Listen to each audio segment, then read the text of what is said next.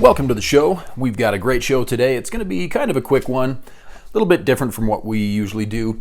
First, let me give you a quick preview of the next build video. This should be out in the next couple of days. I actually have the build done, but I'm just working on the editing process. The idea here is I bought a used hatchet. The hatchet was actually pretty cool. I like the design. It seemed to be very well built, but this sort of fiberglass plastic handle thing, just although it's very durable, it really wasn't my style. So I decided to basically rebuild this axe into the axe that you see here. So again, I'll be working on the full build video, and that should be out hopefully in the next 2 or 3 days. We'll see how much time I get kind of over the weekend. I think you'll enjoy that one. But again, that is the next video. So when you get to the end of this one, if you happen to be watching this video in the future, there'll probably be a link to that video. But before I get to editing that video and getting that up for you, I did want to call attention to, for those of you in my American audience, we celebrated our Independence Day this week. So I thought it would be a good time to take a look at a classic American firearm. Now, for those who don't know, this is a Ruger single 6 22 caliber single action revolver. And it has some design traits in common with the old cowboy guns from the 1800s. In particular, I think Colt's old single-action Army revolver from 1873, at least externally, had quite a bit in common with this particular design. But again, this is a variation on the classic single-action revolver. This one belongs to my wife. I think she's owned it now for about 10 years, and you'll see that she shoots it well. So I'm not going to go deep into the historical aspect of it, but suffice to say that growing up in America as a kid, I watched a lot of old reruns of 50s and 60s cowboy movies and stuff. And just about every one of those movies, somebody was carrying a gun that looked, very much like this. And go back another 100 years, and these were actually the types of guns that were in use and that helped to shape, for better or for worse, the character of the West. And a lot of that had to do with the practicality of this sort of firearm.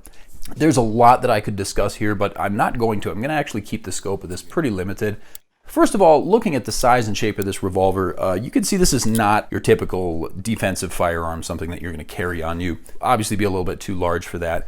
And honestly, because it shoots 22, or you can swap out the cylinder and shoot 22 Magnum, it's a little underpowered for the self-defensive role. This was designed to be the type of gun you'd take to the range and practice shooting. The ammunition is inexpensive. The style of gun is very easy to learn. There may be 1 or 2 safety issues to consider, but it's a fairly simple operation. Cock the hammer, you pull the trigger. This is not what's called a double action revolver. This is a single action, so the trigger only does one thing. It drops the hammer, so you have to cock the hammer manually.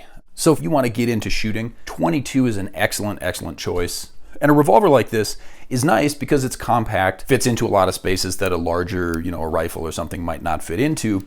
And yet it still has enough weight to it and enough size to it to make it a comfortable gun to shoot, easy to shoot well.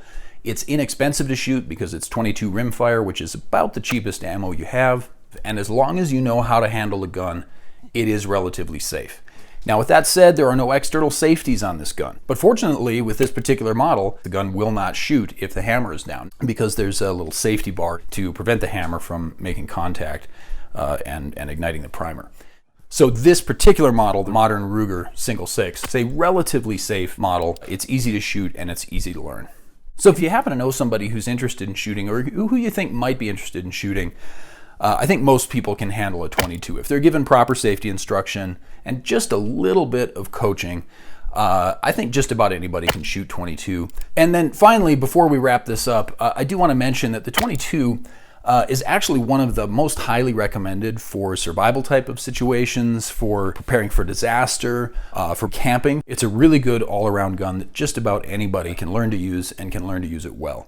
So if you're thinking about getting into shooting, definitely 22 is, I think it's a good place to start. Get familiar with the safe handling of a gun, how to use it, how to shoot it, and you can do all that really pretty cheaply if you're shooting 22.